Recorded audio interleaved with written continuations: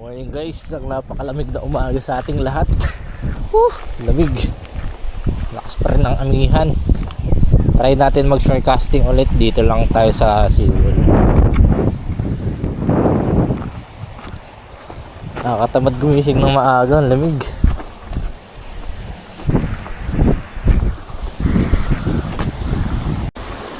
Ayun guys, buti maligam-gam yung tubig.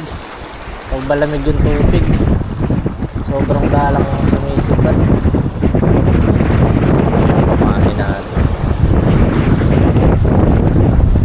Sana active yung mga isda ngayon. Sobrang laki ng kulay ngayong umaga.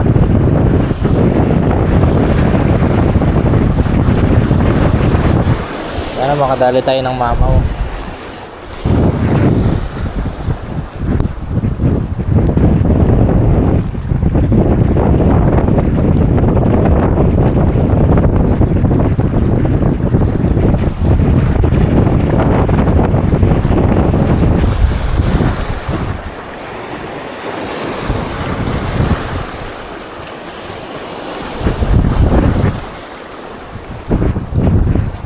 Gamit natin yun pa rin, Daiwa Fego 4000 series Stern Hunter na 16 pounds.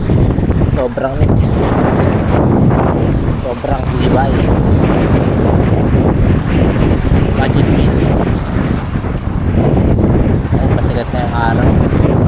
Gamit natin Culture Exceed medium heavy, 7 to 28 grams zero capacity. Tayo guys sa dulo, update na lang. Lumipat tayo ng pwesto, wala din sa SeaWorld. Try natin dito, baka meron. Sana meron. Dapat tayong huli, tanghali na.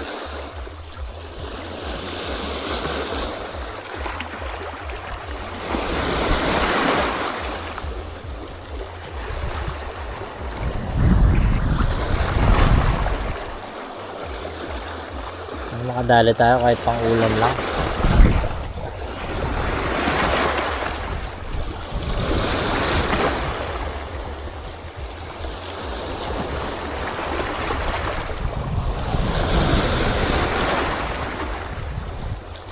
Come on, tusi-tusi.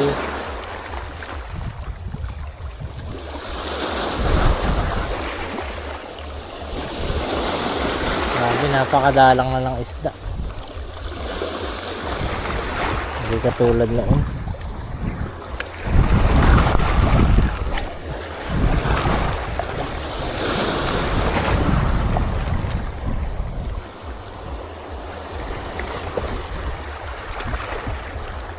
Sorry guys, nakarap tayo sa araw. Fish on guys. Fish on. Parang maliit na labo-labo. Maliit na labo-labo. Lumipad na. Ayun o, iba naman to. Mapula-pula. Ayun o. Gamit nating lure, yung customized minnow natin na Didis redhead. Tsaka nilagyan natin ng pula sa buntot. Ayun, nakadali na. Ayun o, ganda. Release natin to guys, maliit pa. Palakihin muna natin.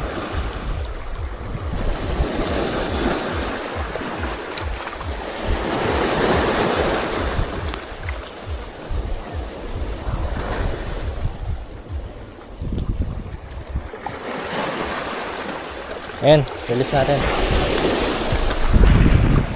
Ay, tawagin mo yung nanay mo. Ayun na. Sinagod na tayo guys. Bilis. Malaking labo-labo. Medyo malaki. Ayan, lumabas na. Ay.